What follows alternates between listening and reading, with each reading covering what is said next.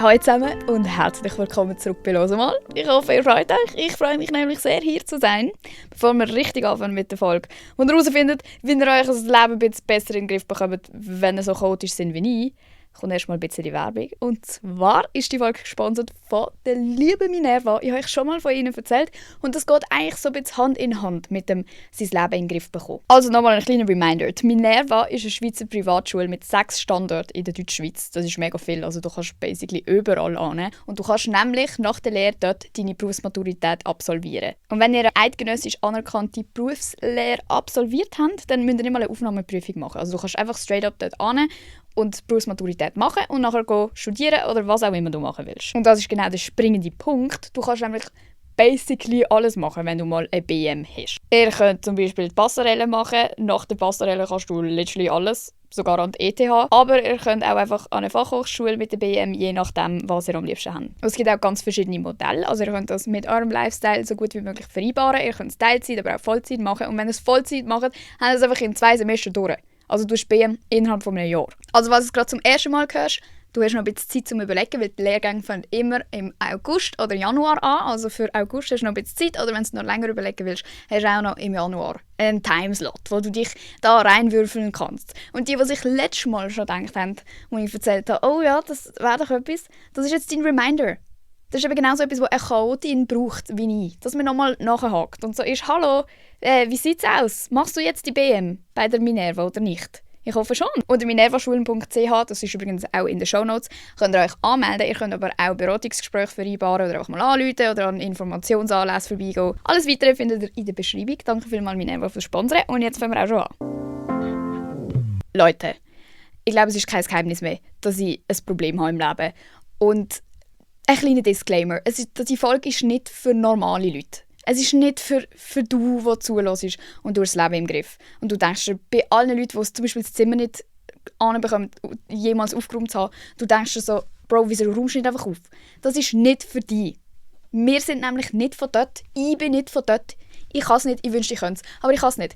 Und weil ich es eben nicht kann und wirklich mein ganzes Leben schon so bin, habe ich so ein paar Strategien entwickelt, um ansatzweise funktionieren in dieser Gesellschaft.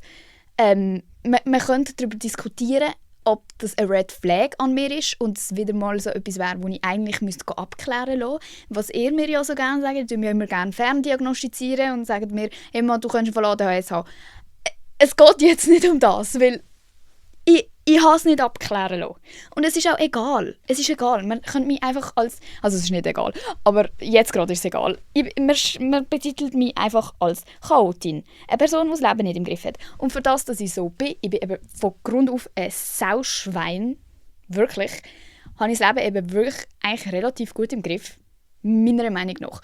Weil ich kenne auch Leute, die das Gleiche machen wie ich. Wir sind ja sehr selbstständig da, diese Influencers und so, die eben dann nicht mal ihre Deadlines einhalten und so, weil sie so Chaoten sind. Und ich bin eigentlich auch von dieser Sorte, aber ich kriege es an, alles immer termingerecht, fristgerecht, sogar meistens zu früh zu machen, weil ich mich einfach so in einen Stress und so ein System habe, dass es irgendwie funktioniert. Also falls du in letzter Zeit vielleicht das Gefühl hast, Bro, irgendwie, ich check nicht, wie das alle anbekommen. Es bekommt nicht jeder an, aber es gibt einige Tipps, die man befolgen kann. Und ich habe heute ganz viele Tipps für euch. Also listen up. Das Wichtigste, wo dir auch normale Leute in normalen Tipps sagen werden, ist, dass alles einen Platz braucht. Sobald du etwas Neues in dein Haus reinbringst, dann musst du einen Platz für das Teil definieren, weil sonst liegt es ja eh nur rum. Aber wenn du weißt, der neue Lip Liner kommt zu meinen anderen 10 Lip Liners, dann gehört sich das so. Und jedes Mal, wenn du diesen Lip Liner wieder, wenn du dem begegnest am Boden oder sonst irgendwo, dann weißt du, okay, Schublade oben links, zack, dort. Und das ist eben auch das Geile, wenn du wirklich, wirklich für alles einen Platz hast. Es kann auch eine messy-ass-Schublade sein. Das sagen dir eben die Ordnungsgurus nicht. Aber bei mir ist das erlaubt, weil du weißt ja dann, dass es in dieser messy-ass-Schublade ist. Das Problem ist mehr, wenn du das Zeug nachher nicht mehr findest. Das ist mein grösstes Problem. Dass ich keine Ahnung habe, wo mein Zeug ist. Und dann kaufe ich einfach alles 10-mal und merke irgendwann, aha, das habe ich schon 10-mal gekauft, aber einfach nie mehr gefunden. So. Das heisst, immer wenn du es irgendwo auffindest oder irgendwo in einer Tasche oder so und du sagst, da ist das, dann weißt du, wo es versorgen. Das ist eigentlich das Keyword. Versorgen. Es muss einen Ort geben, um es zu versorgen. Und du musst dir selber so eine Regel auferstellen und die so richtig zwingen, dass wenn du dir schon etwas gönnst und etwas Neues bekommst oder etwas Neues kaufst oder sonst etwas, dann bist du verpflichtet, einen Ort dafür zu suchen. Und sonst darfst du nichts Neues kaufen. Und das ist so ein bisschen ein Training, als wäre man ein kleiner dummer Hund. Aber irgendwann geht es so ein bisschen. Also ich weiss zum Beispiel, die meisten von meinen Sachen weiss ich, wo sie sind. Ich tue euch auf Insta, auf dem Losemal-Account, ein Foto mal einblenden, von wie mein Zimmer gerade aussieht. Ich bin am Ausmisten seit 3 Tagen und es wird jeden Tag schlimmer, wie es hier aussieht. Aber ein Teil von meinem Zimmer sieht man den Boden zum ersten Mal seit einem Jahr. Also, low-key habe ich extreme Fortschritte gemacht. Nein, aber so, auch wenn es bei mir so aussieht, ich weiss eigentlich, wo die Sachen sind. Ausser wenn ich vergesse, dass ich etwas schon weggeworfen habe. Das macht mich amigs wahnsinnig. Amigs bin ich so im Wahn, dass ich einfach alles wegwirfe, was mich nervt. Weil ich denke, es regt mich jetzt einfach auf, dass ich so viele Sachen habe. Und dann vergesse ich aber, dass ich es weggeworfen habe und suche es so 2 Jahre. Und merke dann, aha, nein, ich habe das schon vor 3 Jahren weggeworfen. Aber um das geht es jetzt nicht. Es geht nicht um das. Es geht einfach darum, Leute, sucht einen Platz für eure Sachen. Und wenn du merkst, du hast keinen Platz, vielleicht solltest du dann auch einfach nichts Neues mehr kaufen. Aber wer bin ich, um euch das zu sagen? Das bringt wahrscheinlich nichts, wenn ihr hier zuhört. Same. Dann der zweite Punkt. Schreibt alles. Und ich meine alles sofort auf. Wir sind nicht von dort. Wir können nicht einfach im Kopf behalten und sagen, ja, okay, gut, habe ich mir gemerkt. Nein, es geht nicht. Du musst es dir aufschreiben, auch wenn du umzingelt bist von 10 Leuten, die es sich nicht aufschreiben. Weil die anderen 10 Leute, es kann schon sein, dass sie so sind und sich einfach merken können und wissen, was sie zu tun haben. Aber wir wissen es ja über uns selber, wir Chaoten, dass du es in 2 Minuten vergessen hast und du dann die Letzte bist, die es anbekommt und die Erste bist, die den Zusammenschiss bekommt, weil du es nicht anbekommen hast. Und ich weiß nicht, ich glaube, es ist recht einfach, sich zu verstecken hinter dem Fakt, dass man halt einfach so ist. Also, zum Beispiel meine Mutter. Meine Mutter ist genau so. Sie will sich nicht eingestehen. Und immer wenn ich ihr sage, du kannst ein bisschen ein Problem haben mit so Sachen, sagt sie, nein. Aber die Frau schreibt sich jeden Termin in 20 Kalender auf und schaut nachher trotzdem am falschen Tag dort ab. Also, wirklich. Und dann sage ich ihr, du musst dir das anders aufschreiben, du musst dir so Reminders auf dem Handy machen und so, ja, mache ich jetzt. Und in 2 Wochen heisst es wieder, Alter, heute bin ich schon wieder auf Zürich gegangen für irgendeinen Termin, obwohl ich nicht dort sein hätte sollen, sondern erst übermorgen. So, ja, Frau, schreib's dir doch richtig auf. Aber das sind oft so Sachen, wo man dann sagt, ja, ich bin einfach so und ich bin einfach ein bisschen vergesslich und so. Aber das bringt dir ja nichts, weil am Schluss bist eben du die Person, die unnötig auf Zürich gefahren ist und Zeit verschwendet hat und die nachher grausam aufregst den Rest des Tages. Und da kann halt dir niemand helfen. Und ich weiss ja selber, wie mühsam es eigentlich ist, anderen Leuten zuzuschauen und so zu denken, Alter, wie meinst du jetzt das? Meinst du das ernst? Du kommst jeden Tag heim und weißt, was du zu tun hast. Ich kann heimkommen und denken, es gibt ja gar nichts zu tun, mir ist langweilig. Und dann 2 Tage später merken, oh mein Gott, ich hatte so 20 Sachen gehabt, die Leute von mir erwartet haben, aber ich habe es vergessen, weil ich es nicht aufgeschrieben habe. Und da muss man einfach irgendwann, muss man die Verantwortung für sich selbst übernehmen, weil eben, es ist dann halt nicht fun, die ganze Zeit zusammengeschissen werden. Für etwas, wo du kannst ja wirklich nichts dafür. Du bist einfach so, aber du musst lernen, damit umzugehen und so ein bisschen Strategien finden, wie es für dich einfacher wird. Darum hörst du ja das da jetzt vielleicht auch, weil ich meine, das sind auch Strategien. Wenn du das alles mal so ein bisschen umsetzt, glaube ich, bist du sicher schon einen Schritt weiter. Also schreib dir wirklich alles sofort auf. Ich habe zum Beispiel den Apple-Kalender hier. Und jetzt muss ich da gerade schauen, da stehen so Geburtstage und so von allem drin. Aber, okay, ich probiere es mal so, dass, wenn jemand mit Video schaut, ich habe so ein Widget, den Apple-Kalender auf meinem Handy als Widget, als so Teil, wo auf meiner Frontpage, wenn ich mein Handy aufmache, sehe ich sofort nur meinen Kalender, ganz gross. Und nichts anderes, wo mich ablenken kann, dass ich sofort, Insta, und dann auf Insta gehe und vergesse, dass ich eigentlich meinen Kalender anschauen wollte. So Sachen. Du musst eigentlich jeden Weg mit so wenig Ablenkungen wie möglich gestalten, wenn du schon weißt, dass du mega leicht abgelenkt wirst. Das heisst, wenn ich mein Handy aufmache, dann sehe ich sofort, was so heute und morgen ansteht und dort steht alles. Dort steht jetzt zum Beispiel, dass ich morgen keine Schule habe. Jeder Schwanz weiss doch, dass am Ostermontag frei ist. Aber ich bin eben die dann morgen am 8 Uhr morgen in der Schule stehen würde, wenn ich es mir nicht dort reinschreiben würde. Dann steht abends mit Daisy laufen. Habe ich vorher mit ihr abgemacht. Wüsste ich morgen nicht mehr, dass ich mit ihr so abgemacht habe. Wüsste ich nicht mehr. Das tue ich mir auch ungefähr einteilen, um welche Zeit was passiert. Weil das weiss ich ja dann auch nicht mehr, meistens, wenn ich abgemacht habe. Und dann finde ich es irgendwie auch nicht mehr raus, ohne nachzufragen. So, Bro, wann haben wir genau abgemacht? Nein, schreib es einfach sofort rein. Man kann ja auch schön die Zeitspanne definieren. Dann weisst du auch ungefähr, wenn du noch für etwas anderes Zeit hättest. Weil das ist auch mein grösstes Problem, dass Leute die ganze Zeit etwas von mir wollen oder irgendwie wissen wollen, wenn ich Zeit habe. Und ich bin so, kennen Sie das? So beim Zahnarzt. Die wollen so einen neuen Termin und du bist wirklich so, machen Sie mal, weiss doch nicht. Aber so passiert das eben nicht. So kannst du ziemlich gut eindämmen, wenn du für was Zeit hast und kannst auch verhindern, dass du 20 Sachen gleichzeitig abmachst und plötzlich merkst, oh mein Gott, ich kann gar nicht. Das ist nämlich ein übles Gefühl. Schreib dir auch sofort, wenn du ein Ereignis in den Kalender machst, kannst du ja so machen, dass es dich daran erinnert. Und ich mache das immer, wenn es etwas Wichtiges ist und es weiter in der Zukunft ist als jetzt gerade morgen, erinnere mich eine Woche vorher dran und erinnere mich 2 Stunden vorher dran. Oder von mir aus 2 Tage vorher und 1 Stunde vorher oder so. Aber ich mache immer zweimal. Zweimal tut es mich immer daran erinnern, was ich vorhabe. Immer. Ich kann nicht ohne Reminder. Weil dann steht es ja auch einfach nur in meinem Kalender und ich schaue schon auch nicht immer, was dort gerade läuft. Aber mit diesen Erinnerungen ist es eben easy peasy lemon squeezy, weil es fickt mich dann eigentlich fast schon an und sagt mir, übrigens, hast du nicht vergessen, dass in einer Stunde mit der Daisy laufen. Auch wenn es wirklich nur mit der Daisy laufen ist. Aber ich brauche das.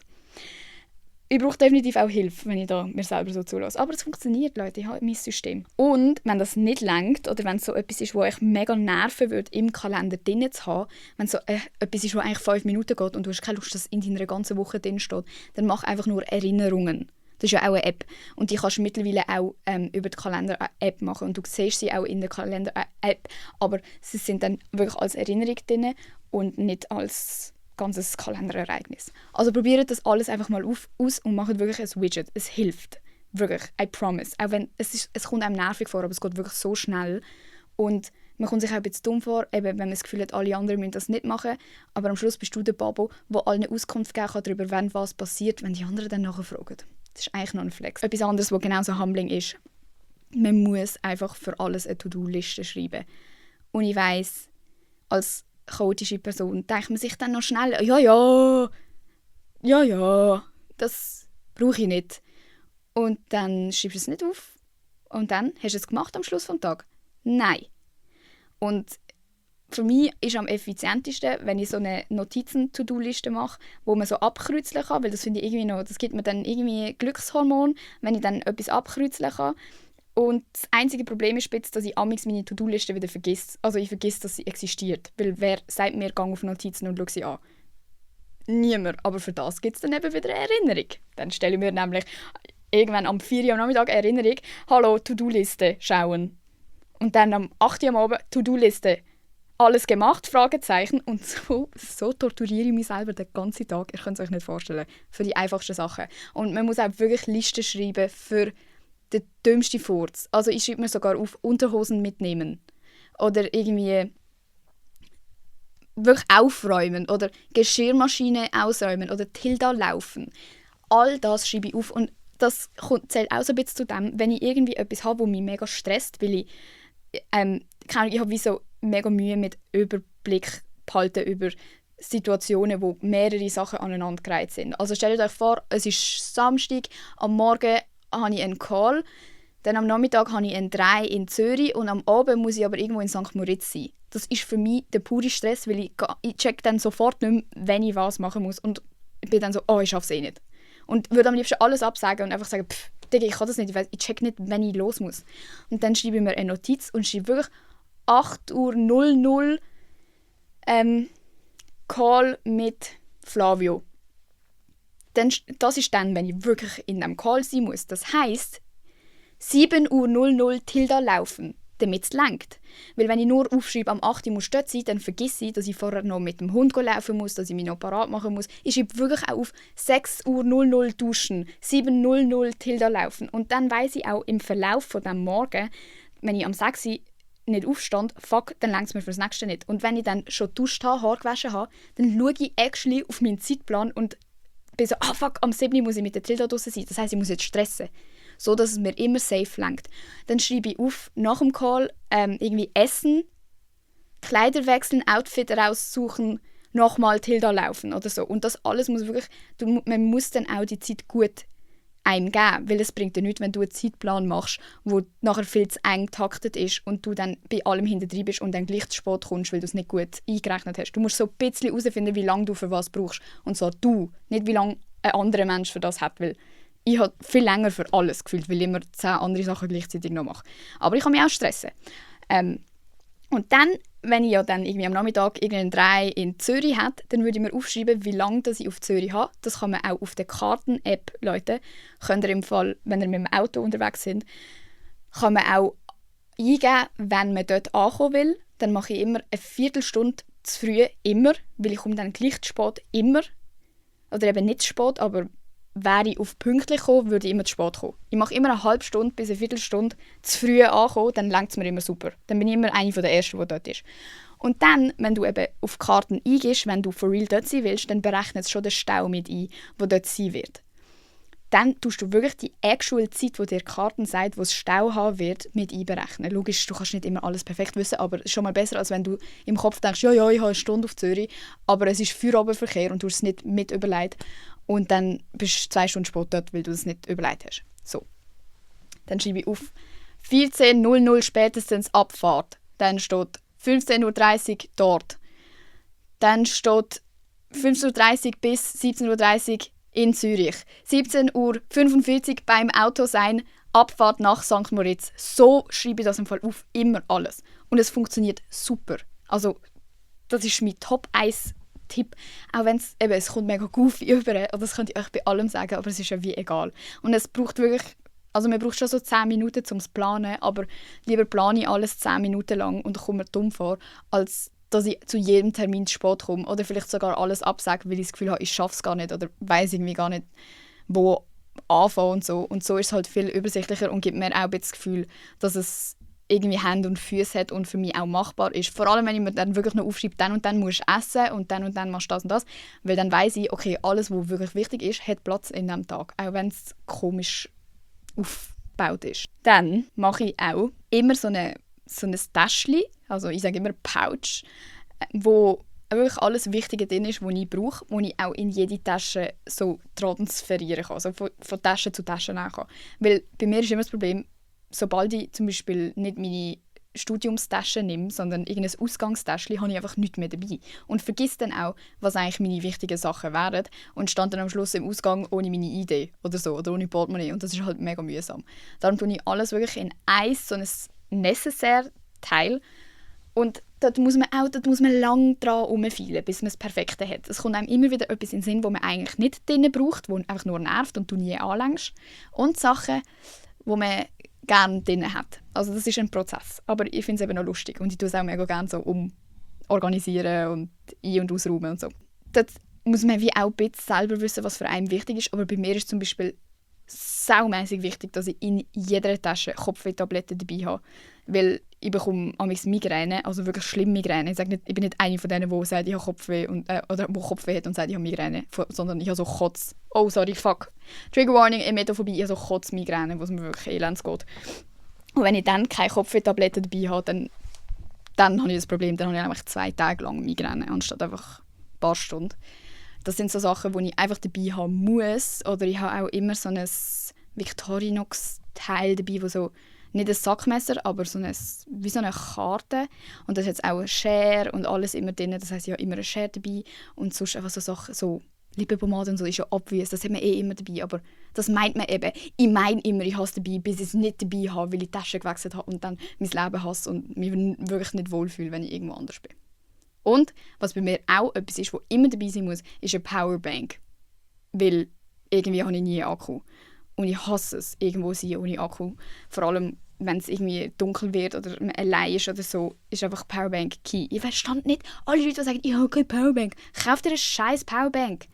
Hä? Ich habe keinen Akku mehr gehabt. Was ist mit euch? Nehmt eine Powerbank mit, bitte. Etwas, was underrated as fuck ist, dass man alle die wichtigen Dokumente, die man so hat, sei es ein Ausweis, ein Fahrausweis, irgendwie Wohnort, Urkunde, Scheiße, alles so komische Scheiße oder gerade so Studium, Beleg, Semestergebühren, all so Sachen, die du irgendwann mal per Post kriegst oder irgendwie im Portemonnaie hast und dann ist aber vielleicht gleich mal das Portemonnaie nicht dabei oder hast du einen Brief verleiht oder so, tun das sofort auf Notizen. Sorry, sind halt alles mega iPhone-Dings, aber ihr mit Android wisst 100-mal besser, wie man das Zeug auf Android macht. Gehen auf Notizen und machen Dokumente scannen. Und dann machst du einfach wie ein Foto von dem, von deiner Idee und keine Ahnung was und speicherst es als PDF unter Dateien in deinem iCloud. Dann hast du das überall. Dann hast du das auf deinem Laptop. Also du hast halt, ja, wenn ihr Apple habt, dann hast du es auf deinem Laptop, auf deinem iPad, auf deinem Handy. Kannst es sogar, wahrscheinlich, ich glaube, wenn du dich anmelden würdest auf einem anderen Gerät, über deinem iCloud-Ding, kannst du es sogar bei deiner Kollegin für ein kramen, wenn es mega nötig wäre. Aber das hat mich schon ein paar Mal gerettet. Oder gerade wenn ihr mal so eine Namensänderung gehabt habt oder so und ihr steht irgendwo und die sagen euch, ja, du darfst da nicht rein, weil du heissest nicht so. Und dann musst du irgendwie bezeugen können, dass du for real so heissest. Ja, was willst du denn machen? Hast ja nicht einfach alle Dokumente dabei. Ich check auch nicht, wie das andere Leute machen. Aber das ist etwas, wo geil as fuck ist und gerade eben, weil ich gesagt habe, in Dateien speichern, das habe ich jetzt angefangen, alles ordnen. Meine persönlichen Dokumente sind dort drin. Dann habe ich meine PH-Dokumente, eben so Studiumssachen oder auch die Exmatrikulation vom Psychologiestudium, weil amigs musst du dann plötzlich deine Exmatrikulation irgendwo eindingsen, um so zu beweisen, dass du nicht mehr das andere studierst und so. Und dann habe ich noch etwas, wo Finanzen heisst, wo so Rechnungen reinkommen und sonstige Sachen, dass ich einfach alles habe, falls ich es brauche. Und auch so mein Versicherungs-Dings, Krankenkassenkärtchen und all diese Sachen. Ich habe alles auf meinem Handy. Es kann mir nichts passieren, niemand kann mir etwas sagen. Ich habe alles auf meinem Handy. Also macht das auch und macht wirklich gute Ordner, weil wir kennen jetzt alle. Dann tust du einfach alles irgendwo an und findest es am Schluss gleich nicht mehr, dein Dokument. Du musst schon schauen, dass es eine Ordnung hat, damit du easy das nachher findest und auch easy weisst, ja, wo tue ich jetzt das Dokument an. Und das geht wirklich ruckzuck. Was auch zu so Dokumentordnung und so gehört, ist, ich habe einen WhatsApp-Chat mit mir selber. Das kannst du machen, kannst so einen Gruppenchat, glaube mit dir machen. Ich glaube, es ist ein Gruppenchat. Und dort schicke ich so Sachen rein, die irgendwie sonst nirgends angehen. Zum Beispiel, wenn ich aus einem Gruppenchat, so einem Studiumsgruppenchat, eine Zusammenfassung finde, die ich brauchen kann, dann schicke ich sie mir selber dort. Weil ich habe auch keinen Bock, das irgendwo anders zu speichern. Oder gerade so Rücksendungsbeleg und so tue ich dort rein. Was habe ich noch? Irgendwelche Links, die ich nicht vergessen darf. Irgendwelche Dokumente, die ich gerade nicht weiss, wo sonst die nicht so wichtig sind, aber wo halt gleich irgendwo einen Platz haben. Sprachmemos schicke ich amigs an mich selber, wenn ich so etwas nicht vergessen darf, was passiert ist oder so. Oder so Passwörter zum Teil habe ich sogar drin. Ich weiss, das ist nicht gut. Also alle die Tipps übrigens, keine Ahnung, wie es mit Datenschutz aussieht und so. Das ist wirklich, sind ja selber die schuld. Oder so Fotos, die ich unbedingt wieder finden muss, die ich mega funny finde oder so, weil auch wenn ich Fotoalben mache, die gehen bei mir immer runter. Auch so ein WhatsApp-Chat ist easy peasy lemon squeezy. Kann man mal machen. Muss man nicht, aber hilft auch. Ich habe gerade einen Schluck genommen von meinem Monster Energy, Leute, ich bin in meiner Monster Energy Era, weil sie haben irgendwie mega viele so Zero-Sorten, die gar nicht so grusig sind und ich bin mir jetzt am durchtesten. Ich finde es ein bisschen cringe, aber ist in Ordnung. Und dort ist mir gerade in den Sinn gekommen, während dem Trinken, so Sachen wie Getränke ins Zimmer nehmen oder im Zimmer essen oder ein Getränk irgendwo anstellen, wo du eigentlich schon im ersten Moment denkst, oh, hoffentlich leere ich nicht aus. Lass es doch einfach. Nimm es nicht mit ins Zimmer. Stell es nicht auf den teuren Tisch. Vor allem nicht bei Fremden daheim. Oder wenn du denkst, oh, mein T-Shirt ist mein Lieblings-T-Shirt und du bestellst Tomatensauce. Du weißt, du kannst es nicht. Bestell lieber nicht die geschissene Tomatensauce oder zieh irgendwie deine Jacke an oder mach so eine Serviette mega cringe drüber. Aber gerade so Sachen, wo man eigentlich von sich selber weiss, dass man es nicht kann und dann irgendwie gleich sich so denkt, ja, wird schon nicht passieren. Ihr wisst es. Macht es einfach gar nicht. Ziehen es einfach durch. Denkt daran, ich bin ein 5-jähriges Kind. Alle anderen können es vielleicht, aber ich kann es nicht. Es erspart einem einen grossen Pain. Und mein Monster Energy hier steht gerade auf einem Tisch, wo mir in den letzten 2 Tagen 3-mal umgekippt ist mit allem, was drauf war. Aber jetzt habe ich herausgefunden, dass die Beine locker waren und jetzt habe ich sie wieder angeschraubt und jetzt geht es hoffentlich nicht mehr um. Und wenn schon, dann habe ich 500 ml Monster auf meinem scheiß Fußboden. Also lernt bitte von mir. Dann habe ich noch etwas, was für meine Kaufsüchtigen ist.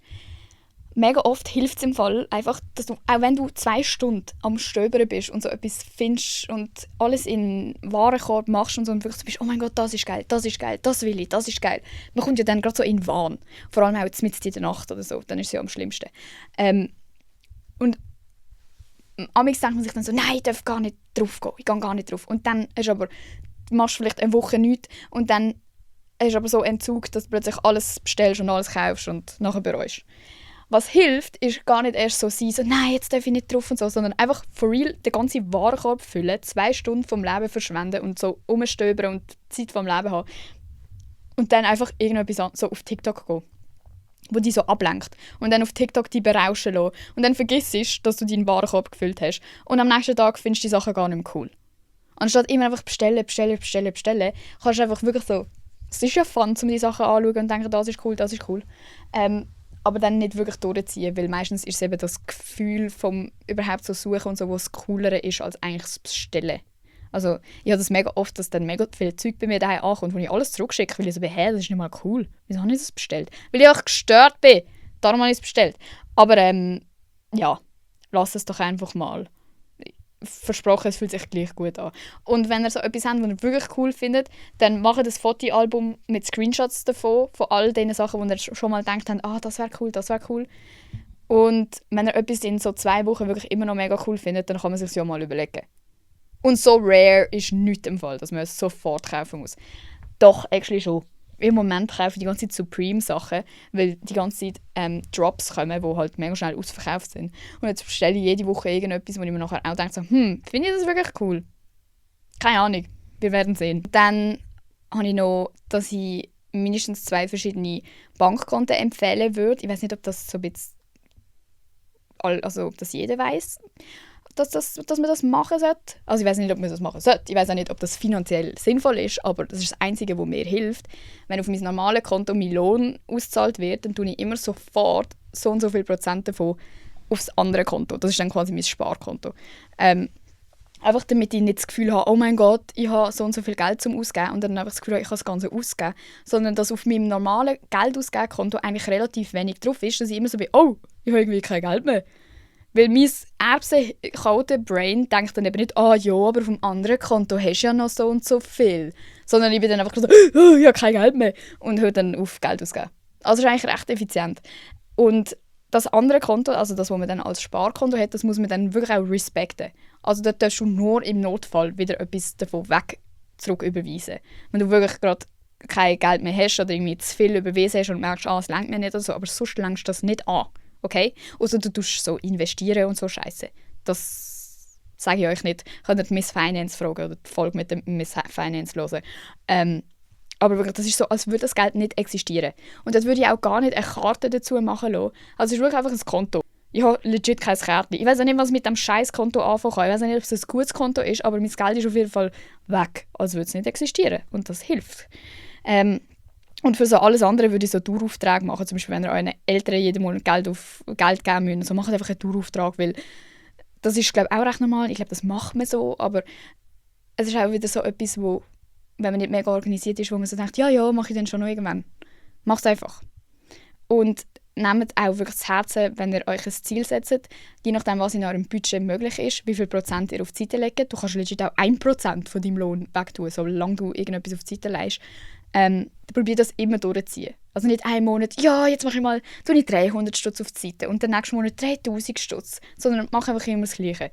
Weil das fühlt sich gut an. Und dann hast du das Gefühl, du hast so etwas durchgezogen und so und dann machst du es länger weiter. Zum Aufräumen habe ich eigentlich keine guten Tipps, weil ich kann nicht aufräumen und es wird auch nie ordentlich sein bei mir.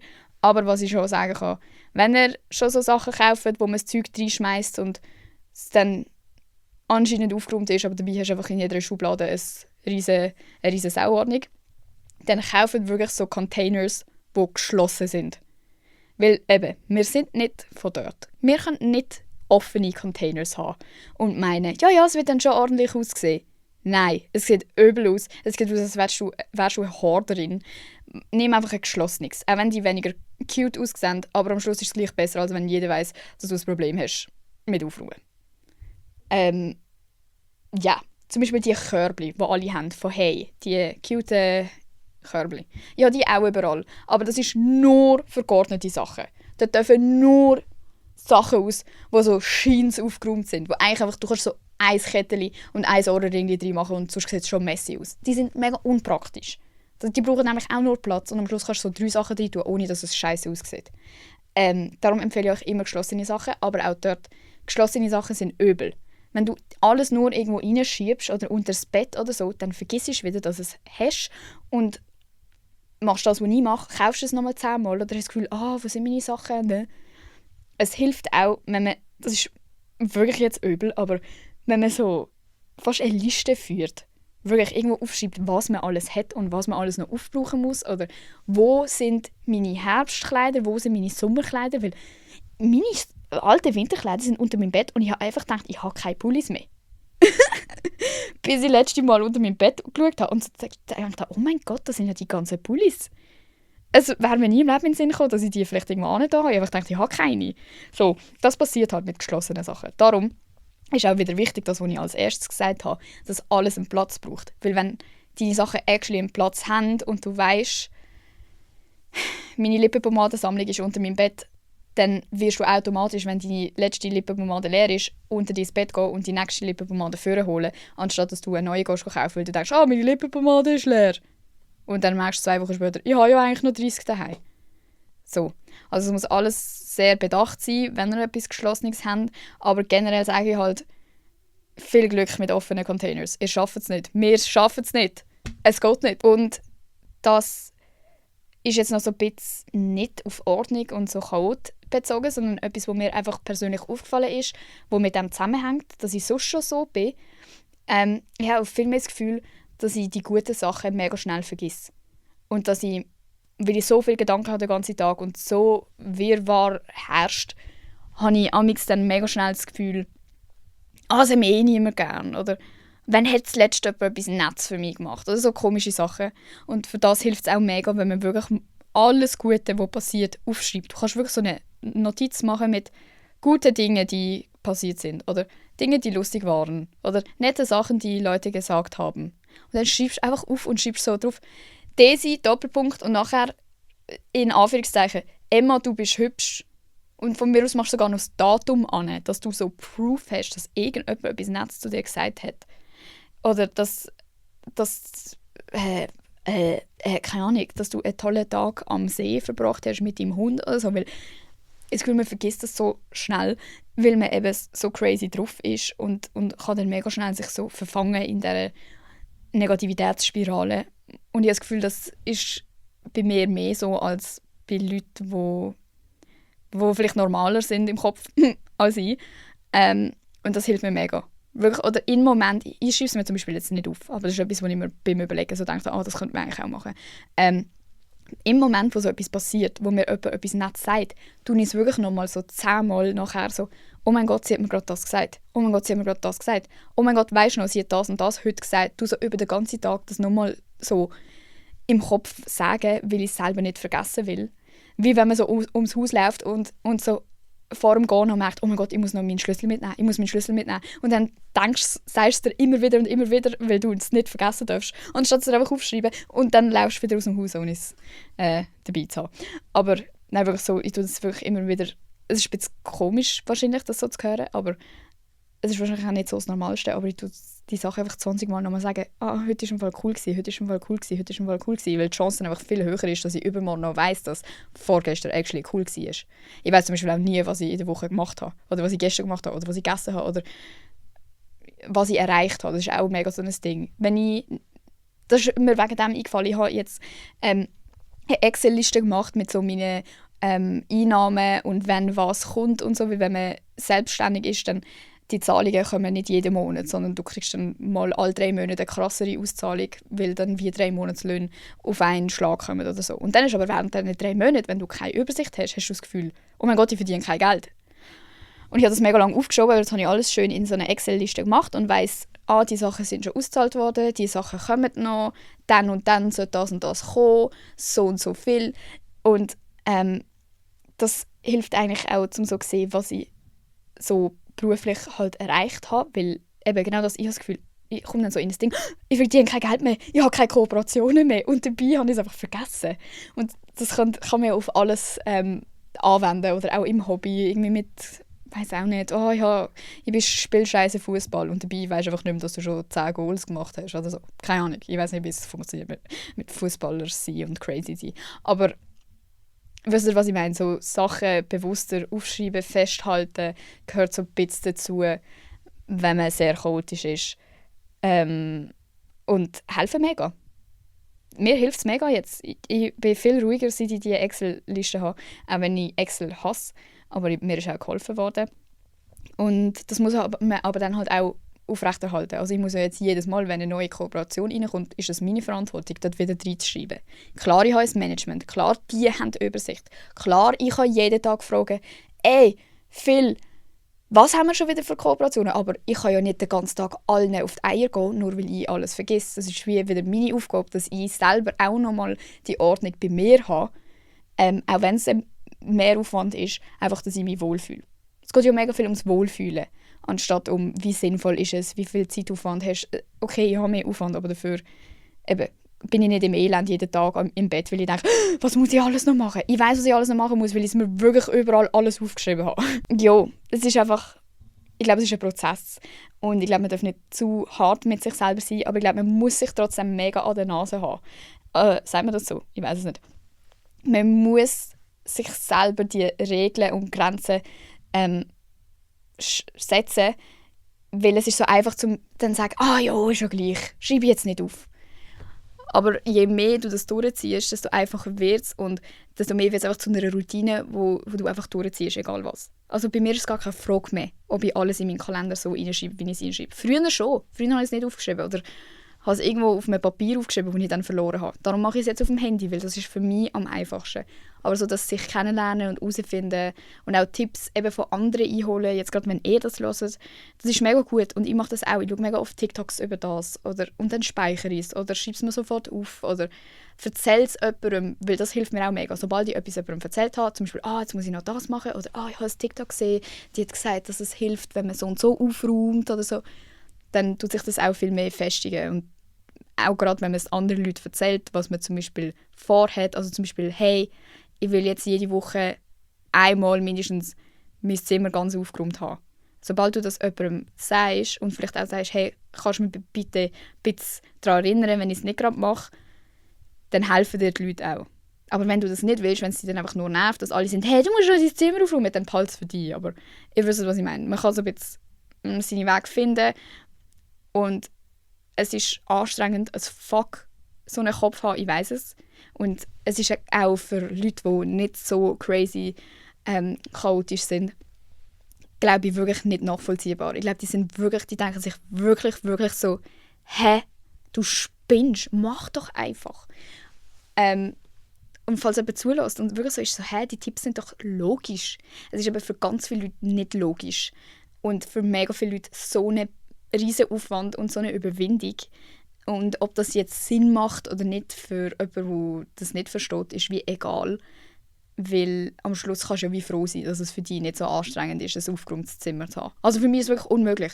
Ich habe noch nie länger als eine Woche ein aufgeräumtes Zimmer gehabt. Ich kann es nicht. Ich habe einfach auch zu viele Sachen.